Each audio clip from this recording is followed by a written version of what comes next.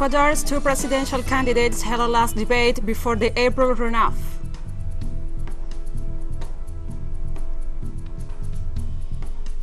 A shipment of over 1 million doses of the Sinovac and AstraZeneca vaccines arrived in Colombia.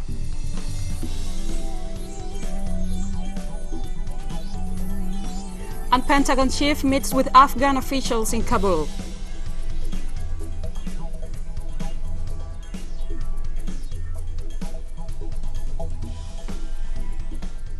From the headquarters of TeleSUR English in Havana, Cuba, this is From the South. I'm Gladys Quesada. We begin with the news because Ecuador's two presidential candidates held a debate on Sunday's night in Guayaquil as the April runoff nears. Economist Andrés Araúz of the left-wing Union for Hope Party and former banker Guillermo Lasso of the right-wing Creating Opportunities Party are facing off for the Ecuador's highest political position. Economic issues and the healthcare crisis surrounding the pandemic were amount in the paramount Sunday's debate.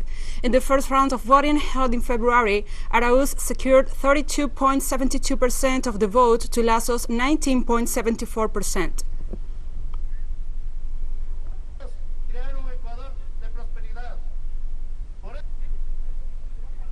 A shipment of 1 million doses of the Sinovac and AstraZeneca vaccine arrived in Colombia. The government has said that aims to vaccinate 35 million people this year, including hundreds of thousands of Venezuelan migrants and refugees who are currently living in the country. Colombia was the first country in the Americas to receive a shipment of coronavirus vaccines from the United Nations-backed COVAX initiative, and its government expects to get 20 million doses of vaccines by the end of the year through the initiative.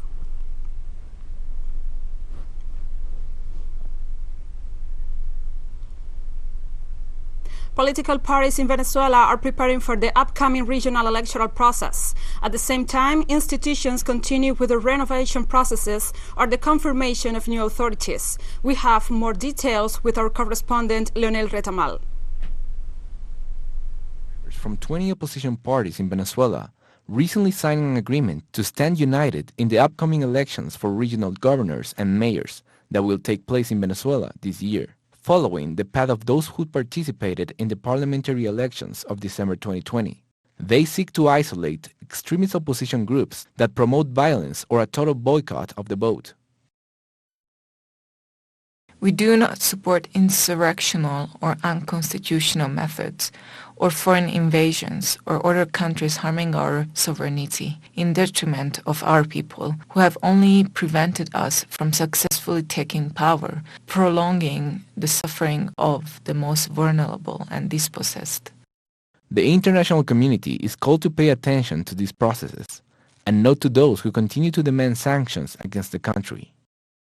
The Venezuelan people are peaceful. We believe in our constitution and we want to solve things through the constitutional path. These actions are by a minority that does not represent us. We are more than 30 million people. The international community does not have to sit down and talk with just 5 parties. We are more than that. We are more than 30 opposition parties. They have to listen to all of us, the population in general. We are in crisis and these sanctions have aggravated the situation. This is happening alongside the work of several parliamentary commissions, such as that in charge of carrying out the process to renew the National Electoral Council. 75 nominations for rector of the Electoral Council have been accepted, and the process is still open to renew this state power.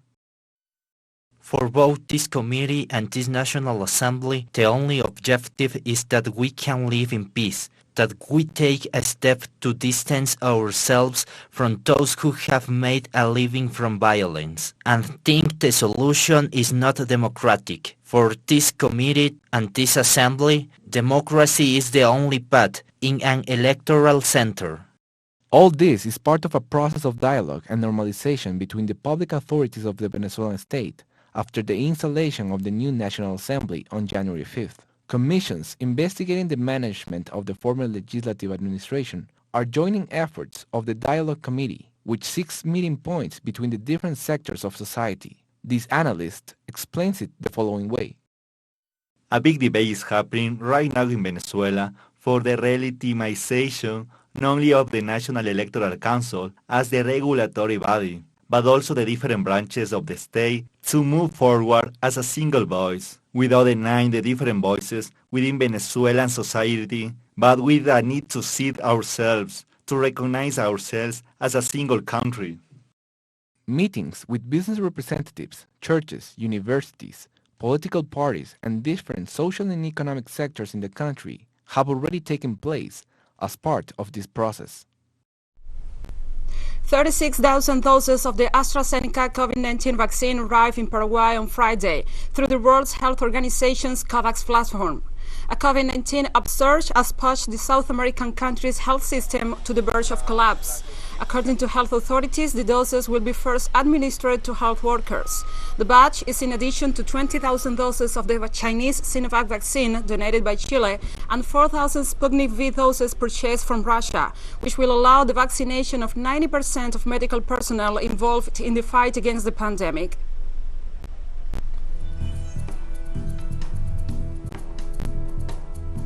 We'll take a short break now. Follow us on Twitter at TeleSUR English. I'm Gladys TeleSUR.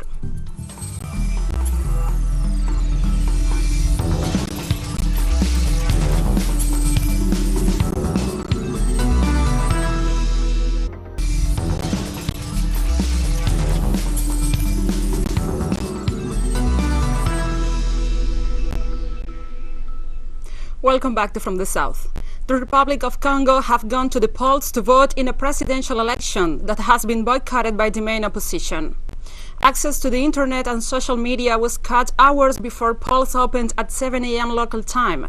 The incumbent Denis Sassou is widely expected to win against 6 contenders, led by economist Guy Brice-Parfait Colelas, who revealed Saturday that he is gravely ill with COVID-19. After first coming to power in 1979, Sassou Nguesso was forced to introduce multi-party elections in 1991 and was defeated at the ballot box a year later. But he returned to power in 1997 following a prolonged civil war. He has won every election since, with the opposition have mostly slammed as fraudulent.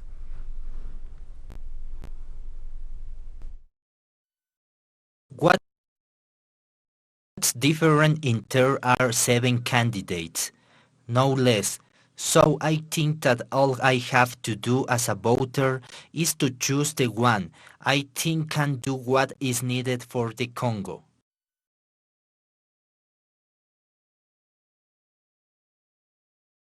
Since we have subscribed to democracy, and democracy is decided by the judges, I have come to vote for the candidate of my choice.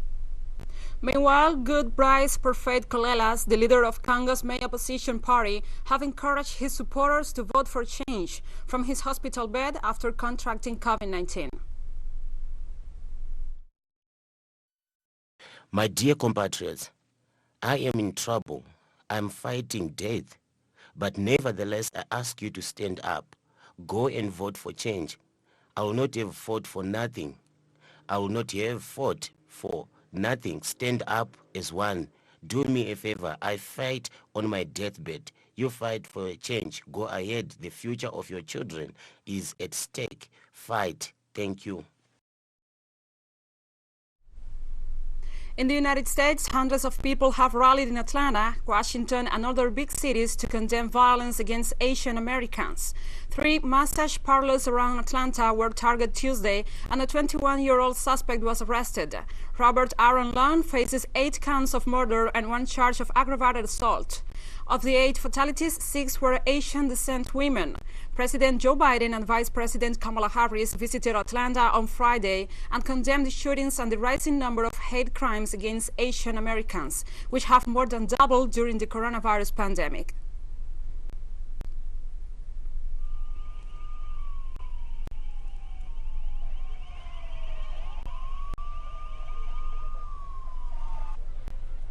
And the U.S. Defense Secretary Lloyd Austin has arrived in Kabul on his first trip to Afghanistan as Pentagon chief.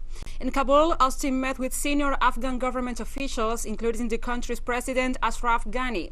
The meeting comes amid questions around how long U.S. troops will remain in the country, but President Biden said it will be difficult for the U.S. to meet a May 1st deadline to withdraw its troops. However, he also said that if the deadline, which was laid out in an agreement between former President Donald Trump's administration and the Taliban, is extended, it wouldn't be a lot longer. Always going to be concerns about things one way or the other, but I think there's a lot of energy focused on, doing what's necessary to bring about a responsible and a negotiated settlement to the war. I won't endeavor to message the Taliban. I don't have a response to that. I will just tell you that, as I spent the day with General Miller, I'm confident in his ability to accomplish his mission with the resources he has, and I have great confidence in his ability to protect our troops. There's always going to be. Iran's Supreme Leader Ayatollah Ali Khamenei has insisted that the U.S. government must lift all sanctions before Tehran returns to its commitments under a 2015 nuclear deal. They should know that maximum pressure has failed up to now, and after this, if this new U.S. administration wants to continue maximum pressure, they will fail as well, and Iran will stand stronger and more dignified than before. This policy entails that the Americans must lift the sanctions, all the sanctions, and then we will verify. And if they are truly lifted, then we will return to our JCPOA commitments.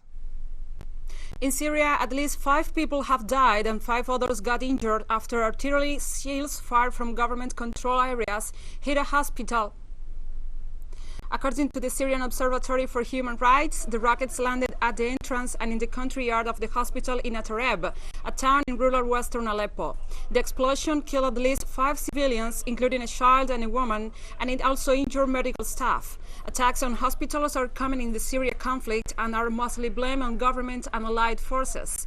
The U.S.-based Physicians for Human Rights have documented 598 attacks on at least 350 separate facilities in Syria since March 2011.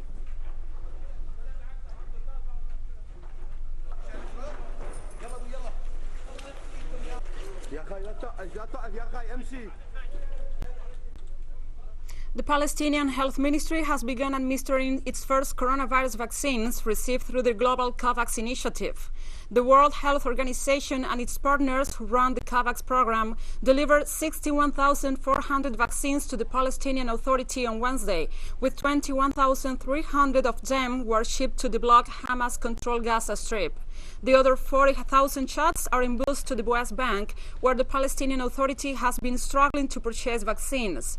The vaccines delivered under COVAX were Pfizer and AstraZeneca, rolled out in the Palestinian territories for the first time. Vaccines at the moment in Gaza, so that's why we're only prioritizing the globally agreed groups, such as the healthcare workers, particularly the frontline healthcare workers, the elderly, and the people with the underlying health conditions. So far, we have very few vaccines available in Gaza, and therefore we cannot yet start with mass vaccination campaign for the overall population. We only focus on the priority groups. And thousands of Israelis have rallied in Jerusalem to demonstrate against Prime Minister Benjamin Netanyahu ahead of next Tuesday's general election. Prime Minister Netanyahu is being accused of corruption and failure to manage the coronavirus pandemic. The elections, the fourth in less than 2 years, are widely seen as a referendum on Netanyahu, Israel's longest-serving prime minister. The polls show Netanyahu's right-wing Likud party in the lead, projecting that it will win around 30 seats in a 120-member parliament. The centrist Yesh Atid party, the largest in the anti-Netanyahu bloc, is projected to win around 20 seats.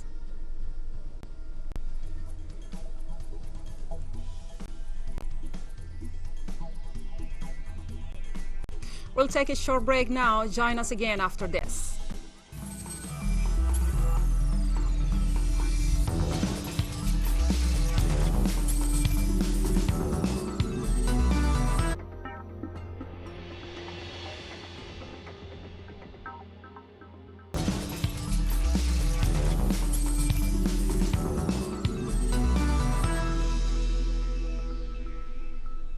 Welcome back to From the South. More news now.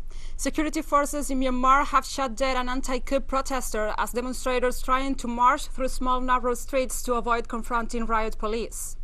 One man was killed on Sunday in the central city of Moniwa, and at least 2 people were injured in a clash with security forces at barricades.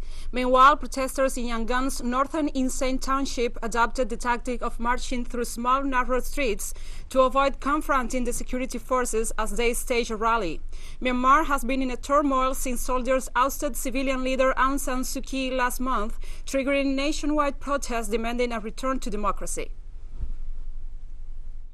Now the military have threatened to shoot us if we were to gather or stage a protest. But if we don't come out and protest and show how much we hate them, they will think they've already won.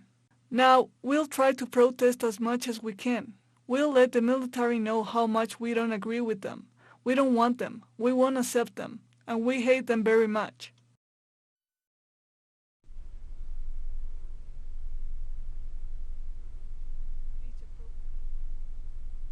European Commission President Ursula von der Leyen has heavily condemned Turkey's withdrawal from the Istanbul Convention. According to women rights groups, last year 300 women were murdered in Turkey, and the rate is speeding up, with 77 killed already this year.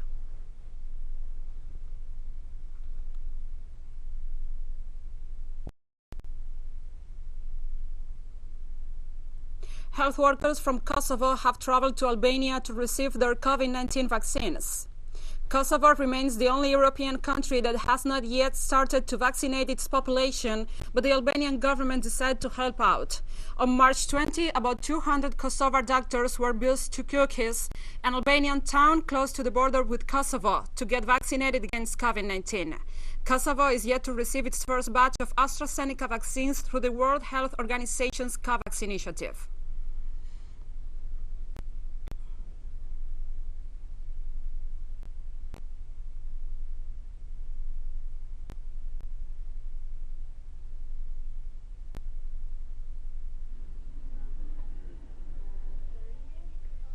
In Australia, Sydney residents living in low-lying areas have been evacuated as the city braces for its worst floods in decades. Evacuation orders came after the Warrangamba Dam, which provides much of the drinking water for Sydney, spilled over Saturday afternoon following record rainfall. Floodwaters had already risen in several areas, prompting mass evacuations, and officials said another 4,000 people could be told to leave their homes in the coming days.